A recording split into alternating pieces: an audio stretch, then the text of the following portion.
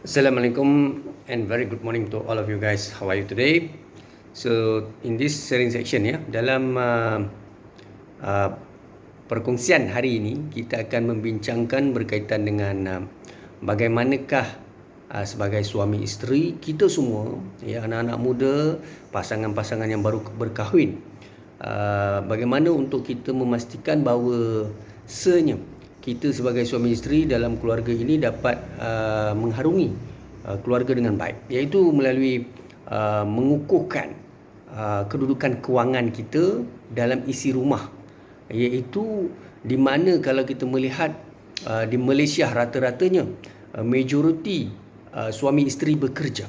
Saudara, pekerjaan ini adalah bukan saja merujuk kepada career di kalangan mereka yang menyambung pengajian diploma, degree, master, PhD dan sebagainya, mereka yang mempunyai kemahiran ataupun mereka yang mempunyai kelebihan lain, walaupun mereka tidak ada diploma, degree, master, PhD, tetapi mereka ada kemahiran-kemahiran tertentu sehingga mereka berkerjaya, seperti mereka menjadi usahawan, mereka menjual kek, mereka menjahit, mereka melakukan perniagaan IKS dan sebagainya. Saudara, ini semua disebut sebagai antara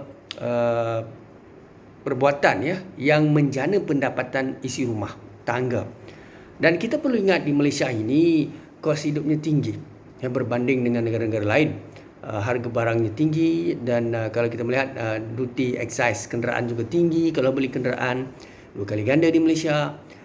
Kita melihat kepada hartanah, rumah mahal.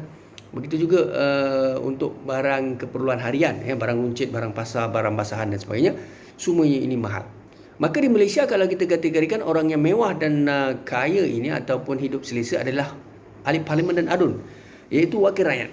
Di Malaysia kalau kita mahu kaya, jadilah wakil rakyat. Jadi bukan saja kita menyokong orang politik dan sentiasa berdiri di belakang mereka, sebenarnya kita juga perlu mencongak, mendongak dan mencari ruang dan peluang untuk bukan menjadi kaya atau mendapat gaji bulanan 60,000, 90,000, 110,000 seperti jemaah menteri-menteri, ahli parlimen dan adun, tetapi kita perlu faham kalau nak sebut kaya di Malaysia adalah orang politik. Baik saudara, sebagai suami isteri, apa yang perlu kita lakukan? Pertama, nasihat saya kepada suami, sudah pasti suami perlu mencari ruang dan peluang, mencari rezeki yang halal, tidak kira apa karier kita, apakah pekerjaan yang kita usahakan, tetapi pekerjaan itu mestilah halal dan hasil dapatan ataupun kewangan yang dibawa balik diberi pada anak isteri, semuanya itu halal. Begitu juga isteri, walaupun sebenarnya dalam Islam isteri ini sebenarnya duduk di rumah, melakukan perbuatan-perbuatan ataupun perkara-perkara yang wajib, di mana menyediakan makan minum.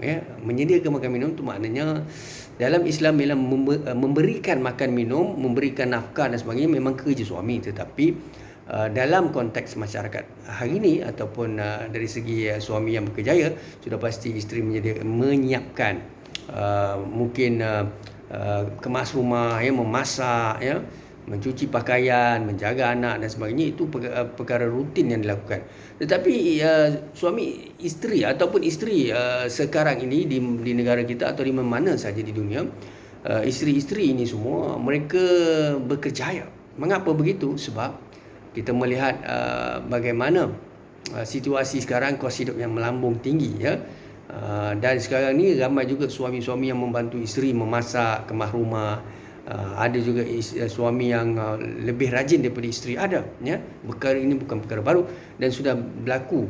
Ada di setengah tempat, suami jadi suri rumah pun ada, dia tak bekerja, dia jaga anak, kemas rumah dan sebagainya. Ini bukan kelakar tapi perkara yang berlaku lah. Tapi apa pun tuan-tuan dan puan, apabila kita menjadi suami isteri, yang pertama sekali kita perlu faham, kita perlu sentiasa peka bahawasanya orang perempuan ini kalau dia berhenti kerja, dia agak bahaya sedikit, kerana apabila jodohnya tidak panjang. Perkara ini berlaku dalam banyak kes di Malaysia, kita melihat, ataupun di dunia di mana-mana saja. Apabila wanita ini bergantung kepada suaminya sahaja dan akhirnya jodoh tidak panjang, umur 50 bercerai, umur 60 bercerai, ada. Dan pada ketika itulah mereka tidak ada apa-apa pendapatan. kerana hanya bergantung pada suami. Sebab itu orang perempuan ini dia memang perlu bekerja.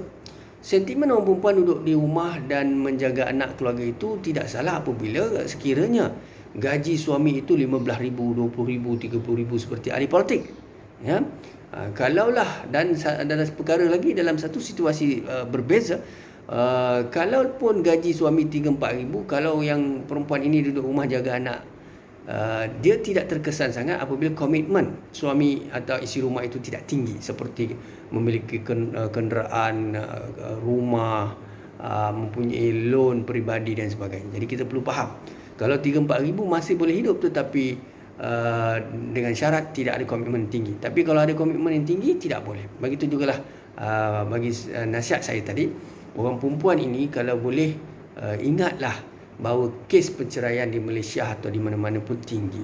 Sebab itu kita perlu pastikan orang perempuan ini dia berkejaya dan bekerja selalu. Ya. Jadi nasihat saya kepada suami dan isteri, jangan berkira. Ya, baik suami atau isteri jangan berkira.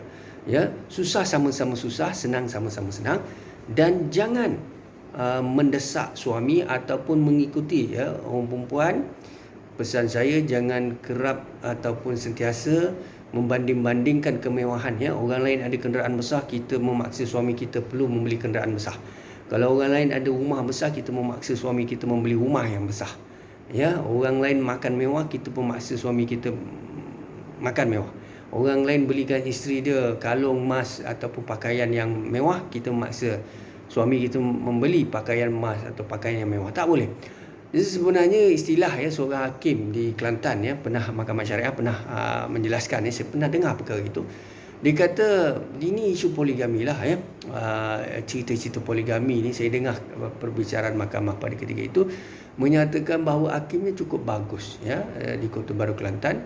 Nabi SAW Nabi ini tidak pernah bekerjaya doktor, lawyer, engineer, tidak. Tapi Nabi memiliki isteri lebih daripada 4-5 orang. Jadi Nabi ini dia memberikan apa yang mampu, tamar, kurma, apa saja rezeki yang dapat, itulah dia dikongsi bersama isteri-isteri baginda. Tidak ada istilah Nabi perlu bekerja dengan gaji RM5,000, dengan gaji RM10,000 baru boleh berpoligami. Hari ini bukan cerita pasal poligami, tapi cerita sebab kadang-kadang kita sebagai isteri atau suami tidak bersyukur dari segi pendapatan suami atau isteri. Sebab itulah saya memberi peringatan pada diri saya, kita menjadi suami isteri ini kita perlu faham bahawasanya jangan lokek, jangan hide dan jangan pertikai sesiapa.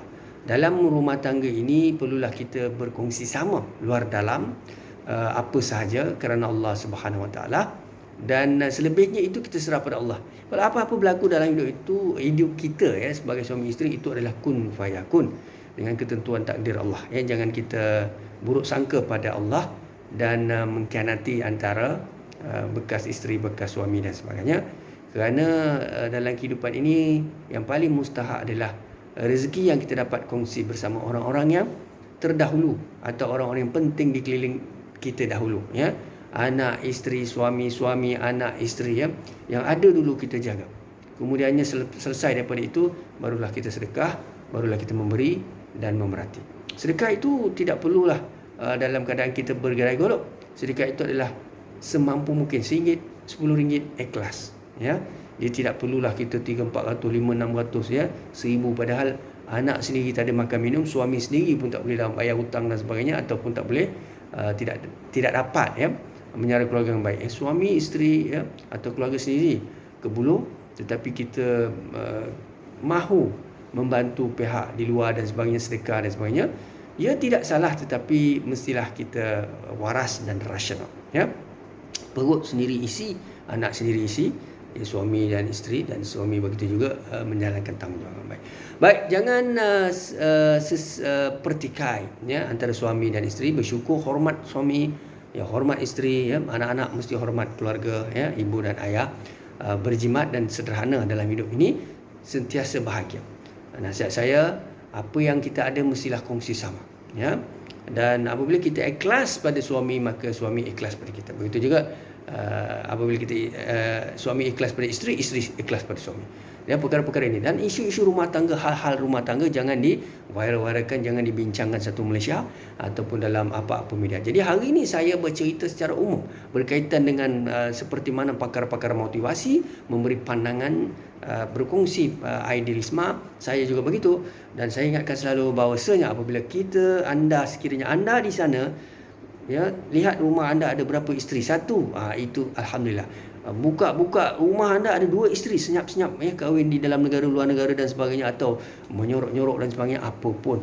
Kalau anda berpoligami, tolonglah jalankan tanggungjawab. Jangan hanya bagi RM50 saja, ya, tapi bagilah, ya. Sebab kalau anda mau berpoligami bukan untuk seks saja, tetapi poligami itu bererti anda perlu menjalankan tanggungjawab kepada isteri anda, kepada anak-anak tiri anda. Kahwin perempuan 2-3, dia ada anak, ya, tolong jaga anak itu.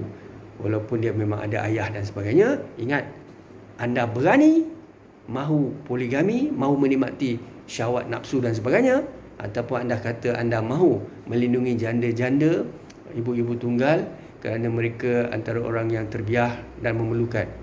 Itu satu niat anda yang baik, tetapi dalam masa yang sama anda juga mahu memenuhi tuntutan nafsu anda, kerana antara sebab orang poligami adalah takut berzina, ya, nafsunya tak cukup dengan satu isteri dan sebagainya, dia nak 2-3 isteri dan sebagainya. Tapi jalankan tanggungjawab itu, jangan hanya bertopeng, ya, sebab ramai manusia ini dia bertopeng, ya, dia sebagai ustaz, ada sebagainya, ustazah, ada sebagainya, guru, ada sebagainya, frontliner dan sebagainya, ya. Siapa saja anda atau saya dan siapa saja, saya tidak poligami, saya tak ada 2-3 isteri, saya ada 1 isteri saja.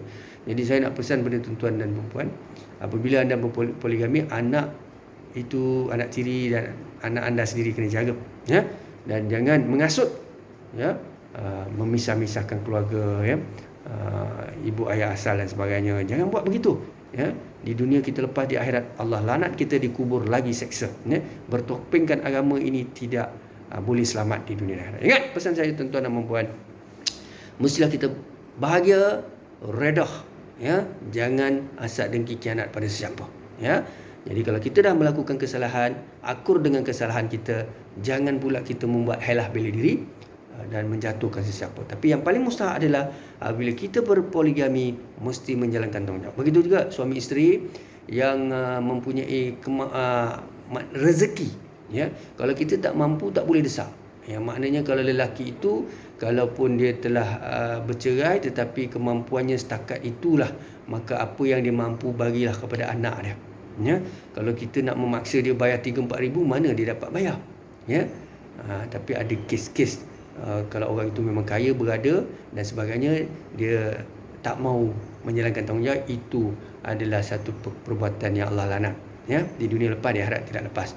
Tetapi kalau dia betul-betul tidak mampu, janganlah paksa dia, ya. Kena ingat, dia juga berkahwin, dia juga ada anak, isteri dan sebagainya, dia buat ada komitmen lain. Sebab itulah apabila kita seboleh-bolehnya jangan bercerai, ya. Bercerai dengan ada anak ni masalah besar. Bercerai ada anak. Kalau bercerai tanpa anak itu mungkin dia bercerai antara individu dengan individu, tetapi dia tidak meninggalkan anak. Tapi apabila ada anak, ini masalah, ya. Kerana perlu memberi tanggungjawab, ada komitmen yang perlu kita jalankan. Ingat pesan saya tuan-tuan dan puan, hidup suami isteri mesti sentiasa ceria, sangka baik, dan jangan share dalam Facebook, Twitter dan apa saja perkara rumah tangga. Yang hari ini saya cerita adalah isu-isu yang berlaku dalam sistem masyarakat kita, ya. Jadi betulkan paradigm kita, think positif, jangan syak wasangka, asad dengki kianat, iriati fitnah, al fitnatul asyarru min khat, ya. Jangan fitnah, tapi yang paling mustahil adalah kita faham, ya. With that, syukran dan terima kasih. Assalamualaikum warahmatullahi wabarakatuh.